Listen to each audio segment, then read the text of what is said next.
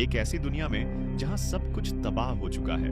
एक कृत्रिम रोग ने फसलों, जानवरों और इंसानों की बड़ी आबादी को खत्म कर दिया है। ज्यादातर बचे हुए लोग सिटाडेल नाम के अलग-थलग शहरों में रहते हैं। जब से वेस्पर के पिता डारियस बीमार हुए, वेस्पर ने दलदल में उगने वाले अलग-अलग पौधों के साथ प्रयोग शुरू किए। वो अपने पिता के लिए इलाज ढूंढना चाहती है। डेरियस एक मशीन की मदद से सांस ले रहे हैं। उनके लिए दूसरा इलाज ढूंढने की कोशिश में वेस्पर अपने उड़ने वाले रोबोट के साथ एक पुरानी लेबोरेटरी में घुस जाती है। इस रोबोट में उसके पिता की चेतना जुड़ी हुई है। वहां वो उन रंग बिरंगे लार्वे के साथ प्रयोग करती है जो उसे कुछ घंटे पहले दलदल में मिले थे।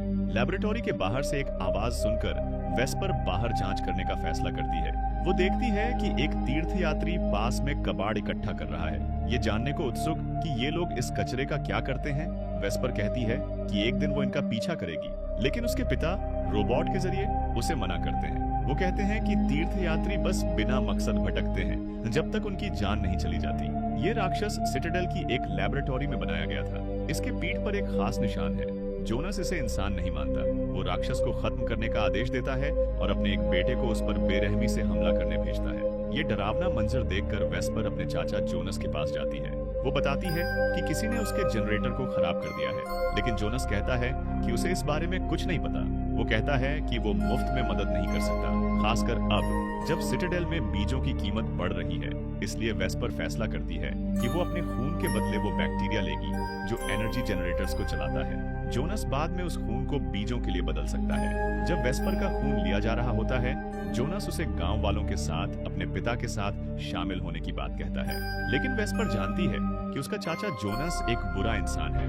वो उसके हुक्म में नहीं जीना चाहती, इसलिए वो कहती है कि वो अकेले रहना पसंद करेगी जब तक वो इस जगह से निकल नहीं जाती। जब उसका खून ले लिया जाता है, जोनस पैसे देने की बजाय वेस्पर को बताता है कि उसे बैक्टीरिया के लिए 2 दिन इंतजार करना होगा, क्योंकि पहले उसे उसका खून सिटाडेल को बेचना है। लेकिन मुश्किल ये है कि डारियस बिना बिजली के इतने दिन जिंदा नहीं रह पाएंगे। ये बात वेस्पर को परेशान कर देती है। अपने पिता की जान बचाने के लिए वेस्पर जोनस के गोदाम में सेंध लगाती है। वो बैक्टीरिया चुराने की कोशिश करती है। वो एड की चुप के मदद पर भरोसा करती है ताकि पकड़ी न जाए। इस मिशन के दौरान वो ग्रीन हाउस में लगे कुछ बीज भी चुरा लेती है, लेकिन जब वेस्पर घर पहुंचती है और डेरियस को पता चलता है कि उसने क्या किया, वो उसे बीज वापस करने का आदेश देता है, इससे पहले कि जोनस को कुछ शक हो। ये सुनकर वेस्पर जवाब देती है। वो कहती है कि वो उन बीजों को फल देने लायक बनाने का रास्ता ढूंढ लेगी।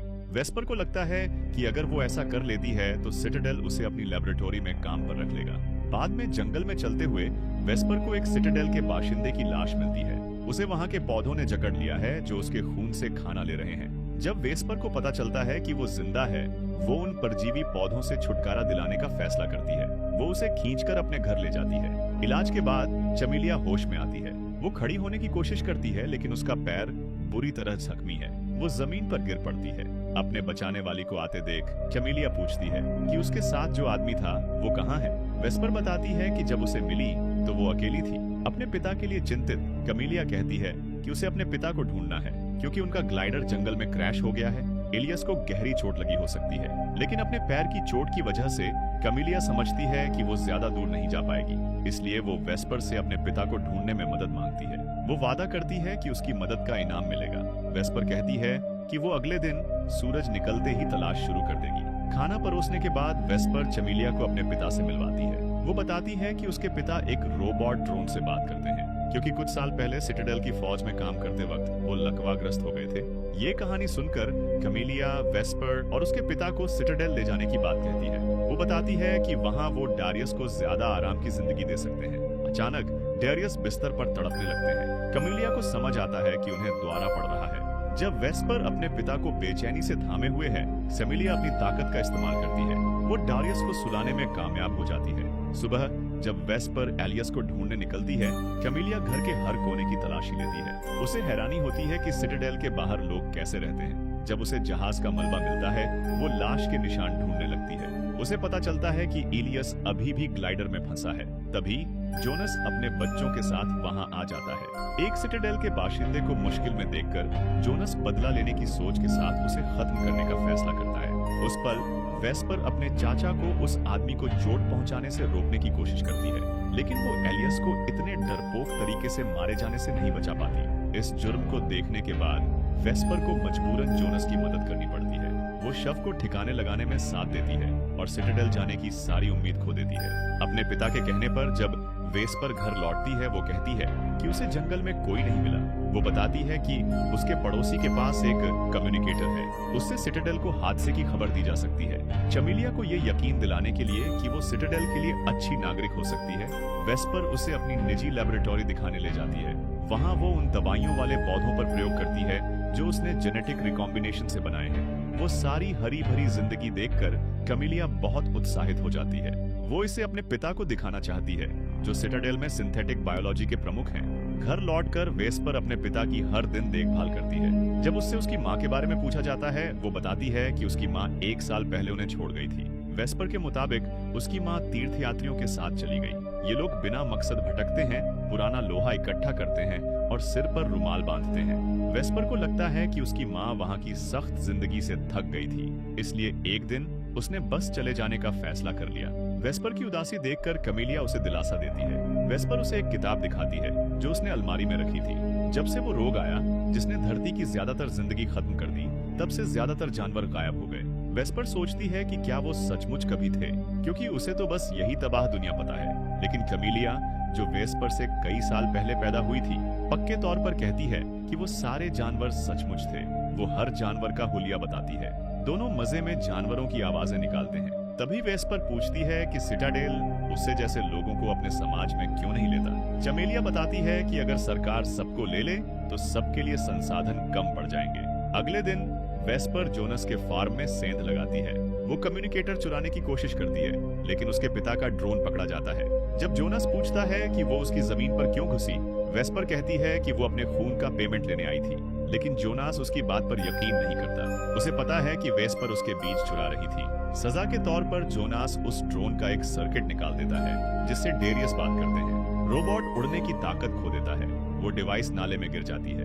वेस्पर उसे निकालने जाती है और वहाँ जोनस के बेटे एड की लाश देखती है, जो एक गड्ढे में फेंकी गई है। जब बीज चुराए गए थे, एड पहरे पर था, लेकिन उसने सेंध की खबर नहीं दी ताकि वेस्पर को चोट न पहुंचे। बदकिस्मती से एड की इस लापरवाही की कीमत उसकी जान से चुकानी पड़ी। तभी वेस्पर को कुछ लड़कों के आने की आवाज सुनाई देती है। वो भागने की कोशिश करती है। उसे जल्दी समझ आता है कि जोनस के बेटे उसका पीछा कर रहे हैं। वेस्पर को पकड़ने के बाद अपराधी एक यंत्र से उसके हाथ पर निशान बनाते हैं, फिर वो चले जाते हैं। जब वेस्पर घर पहुंचती है, उसे कैमिलिया मिलती है। वो बताती है कि उसके जख्म ठीक हो गए हैं। अब वो अपने पिता को ढूंढने निकल सकती है। ये सुनकर वेस्पर सच बोलने का फैसला करती है। वो बताती है कि एलियस को मार दिया गया है। वेस्पर की बात पर यकीन न करते हुए कैमिलिया उसे लाश दिखाने को कहती है। जब वो अपने पिता को पानी में तैरते देखती है, वो पूरी तरह टूट जाती है। वेस्पर को लगता है कि कैमिलिया दुख में डूब रही है। वो नदी में जाती है और उसे किनारे पर खींचकर दिलासा देने की कोशिश करती है। तभी वेस्पर को कैमिलिया की पीठ पर एक खास निशान दिखता है। उसे समझ आता है कि कैमिलिया कोई साधारण इंसान नहीं है। सच तो ये है कि वो एक जग है, जिसे एलियस ने सबसे अलग बनाया था। वो दोनों सिटाडेल से भाग रहे थे जब वो जंगल में गिरे। ये कहानी सुनकर वेस्पर को समझ आता है कि कैमिलिया का कभी सिटाडेल ले जाने का इरादा नहीं था। उसे धोखा मिलने का गुस्सा आता है। घर लौटकर वो अपने पिता के ड्रोन को ठीक करती है और उन्हें सब कुछ बताती है। जब डेरियस को पता चलता है कि उसकी बेटी का सिटाडेल जाने का कोई मौका नहीं है, वो उसे भाग जाने की सलाह देता है, क्योंकि अब जब उस पर निशान लग गया है, जोनस उसे अपनी जायदाद मानता है। लेकिन वेस्पर अपने पिता को छोड़ने से मना कर देती है। वो सोचती है कि कैमिलिया को सौंपकर अपनी आजादी ले ले। उसी पल कैमिलिया बगल के कमरे में है। वो एक चाकू उठाती है, सब कुछ खत्म करने के लिए। जग अपना इरादा पूरा करने से कुछ सेकंड पहले वेस्पर आ जाती है। वो उसे रोक लेती है। कैमिलिया की आंखों में निराशा देखकर वेस्पर कहती है कि मुश्किल वक्त में हार नहीं माननी चाहिए। अगर वो एक दूसरे की मदद करें तो सब हल हो सकता है। उस रात वेस्पर कैमिलिया के डीएनए का नमूना जांचती है। उसे दिखता है कि उसके सेल्स में कई नाभिक हैं। अपनी खोज में आगे न बढ़ पाने से परेशान वेस्पर को देखकर कैमिलिया एक गाना बजाती है, जैसा वो एलियस के काम के वक्त उसके लिए बजाया करती थी। जब वेस्पर अफसोस करती है कि उसके पास एलियस जैसी तकनीक नहीं है, कैमिलिया कहती है कि वो सिटाडेल में नहीं रहना चाहेगी, क्योंकि वहाँ की जिंदगी जमी हुई झील जैसी है। जब कैमिलिया गाना बजाती है, वेस्पर देखती है कि उसके सेल्स आवाज पर रिएक्ट करते हैं। अचानक नाभिक बढ़ने लगते हैं। जब वो बीजों से निकाला गया तरल डालती है, वेस्पर देखती है कि नाभिक आपस में जुड़ जाते हैं। उसे समझ आता है कि यही तरीका है बीजों को फल देने लायक बनाने का। अपनी नई खोज से खुश वेस्पर कहती है कि अब उन्हें कभी भूखा नहीं रहना पड़ेगा। चमेलिया को एहसास होता है कि इलियस ने यही तरीका इस्तेमाल किया था दूसरी सिटाडेल में शरण पाने के लिए। इलियस ने बीजों को खोलने का रास्ता ढूंढ लिया था। वो इस ज्ञान को सौदे के लिए इस्तेमाल करना चाहता था। ये सुनकर डारियस कमीलिया से कहता है कि वो वेस्पर को वहां ले जाए। अगर सब ठीक रहा तो वेस्पर को सिटाडेल में बाशिंदा मान लिया जाएगा। लेकिन वेस्पर जानती है कि उसके पास अपने पिता को वहां ले जाने के लिए काफी सामान नहीं है। वो कहती है कि वो उन्हें कभी नहीं छोड़ेगी। शाम ढलते ही जब वेस्पर अपनी खोज में लगी होती है, जब वेस्पर घर से बाहर होती है, जोनास वहां आ जाता है। चमेलिया को देखकर वो उसे अपने घर चलने के लिए मनाने की कोशिश करता है, लेकिन चमेलिया मना कर देती है। तब जोनास धमकी देता है कि वो उन मशीनों को तोड़ देगा जो उसके भाई डारियस को जिंदा रख रही हैं। डारियस की जान बचाने के लिए चमेलिया जोनास के साथ उसके घर जाने को तैयार हो जाती है। लेकिन जाने से पहले जोनास को पता चलता है कि चमेलिया एक जग है। वो फैसला करता है कि वो उसका मालिक बनेगा। तभी वेस्पर एक चाकू लेकर आती है। वो अपने चाचा जोनास पर हमला करने की कोशिश करती है, लेकिन जोनास उसका हमला चकमा दे देता है और वेस्पर को मारता है। अपनी बेटी को खतरे में देखकर डारियस अपने ड्रोन से जोनास को बेहोश करने की कोशिश करता है, लेकिन जोनास एक मुक्के से उसे चुप कर देता है। जब वेस्पर को मारने की बारी आती है, कैमेलिया जोनास के गले पर चाकू रख देती है, लेकिन जोनास उसे दीवार से धक्का देता है। उसी पल वेस्पर उठती है। वो एक स्टूल से अपने चाचा को मारती है। जब जोनास उठता है, चमेलिया उसके हाथ पर वार करती है और वेस्पर उसके गले पर चाकू रख देती है, लेकिन उसे मारने की बजाय वेस्पर एक सौदा करती है। वो वादा करती है कि अगर जोनास उसकी मदद करेगा तो दोनों को खाने की कभी कमी नहीं होगी। जाने से पहले जोनास मदद करने का नाटक करता है, लेकिन घर पहुंचकर वो सिटाडेल से संपर्क करता है। वो बताता है कि उसे उस जग का पता है जिसे वो ढूंढ रहे हैं। शाम ढलते ही जब वेस्पर अपनी खोज में लगी होती है, सिटाडेल का एक जहाज जंगल के ऊपर से उड़ता है। अचानक घर के अंदर जहरीले पौधों की एक चटाई बनने लगती है। पूरी जमीन ढकने के बाद ये पौधे भाप बनकर उड़ जाते हैं। वेस्पर और चमेलिया को सांस रोकनी पड़ती है ताकि जहरीला पराग न निकल जाए। उसी पल जग को समझ आता है कि उसका ठिकाना पता चल गया है। वो खुद को सौंपने का फैसला करती है ताकि सरकार वेस्पर और उसके पिता की जान बख्श दे। लेकिन अब उन्हें पता है कि वेस्पर ने जग को छुपाने में मदद की थी। अगर सिपाही उसे ढूंढ लेते हैं तो उसे सजा जरूर मिलेगी।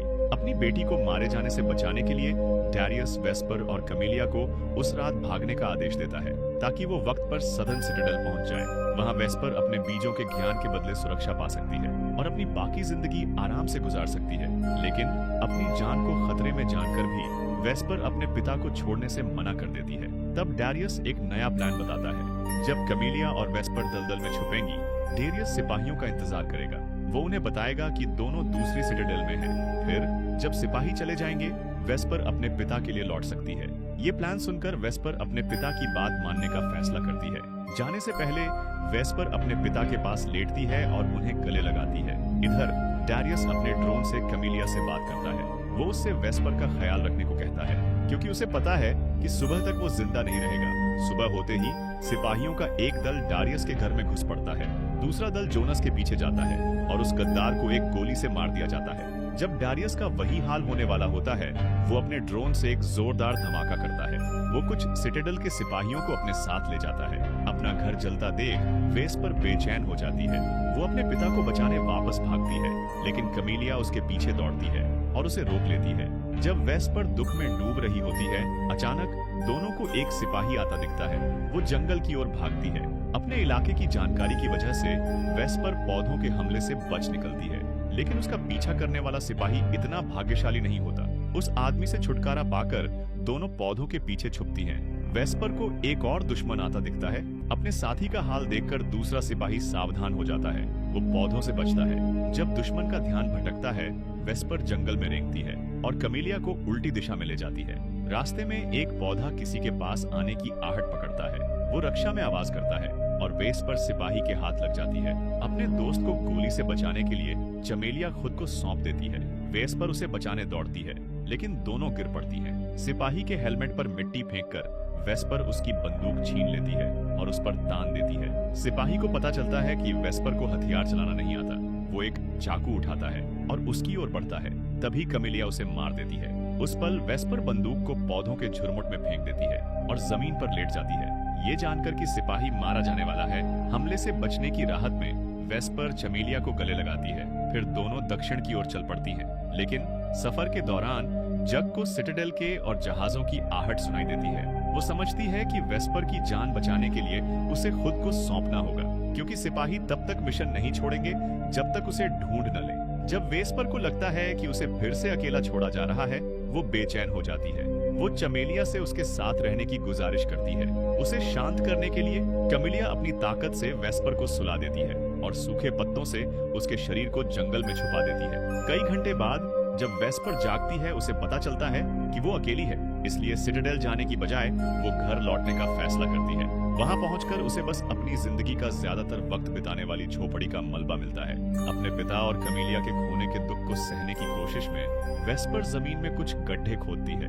वो उन बीजों को बोती है जिन्हें उसने फल देने लायक बनाया है। उसे उम्मीद है कि वो जल्दी उगाएंगे।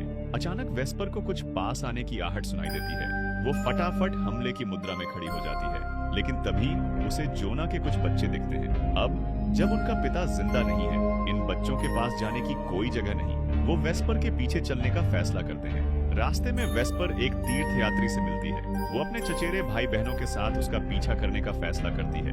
दिन बीतते जाते हैं। ये नौजवान दूसरे तीर्थयात्रियों से मिलते हैं और सफर चलता रहता है जब तक वो एक गांव नहीं पहुंच जाते। वहाँ सारे लोग सिर पर रुमाल बांधे हुए हैं। वहाँ पहुंचकर वेस्पर को एक बड़ा लकड़ी का मकान दिखता है। वो ये जानने के लिए उस पर चढ़ने का फैसला करती है कि ऊपर क्या है, लेकिन जब वो ऊपर पहुंचती है और बगल देखती है तो उसे दो रास्ते दिखते हैं। उसे चुनना है कि कौन सा रास्ता लेना है। एक तरफ सिटाडेल है जहां ढेर सारा सामान और तकनीक है, वहां शायद कमेलिया को कैद किया गया है। दूसरी तरफ वेस्पर के लिए एक नया मौका है। वो अपनी जिंदगी को बिना रुकावट के उन फल देने वाले बीजों के साथ शुरू कर सकती है। तो वेस्पर कौन सा रास्ता चुनती है, ये एक रहस्य बना रहता है। अगर आपको ये रिकैप देखकर मजा आया तो वीडियो को लाइक करें और अपने पसंदीदा चैनल मूवी टेशन को सब्सक्राइब करना न भूलें ताकि और शानदार रिकैप्स देख सकें।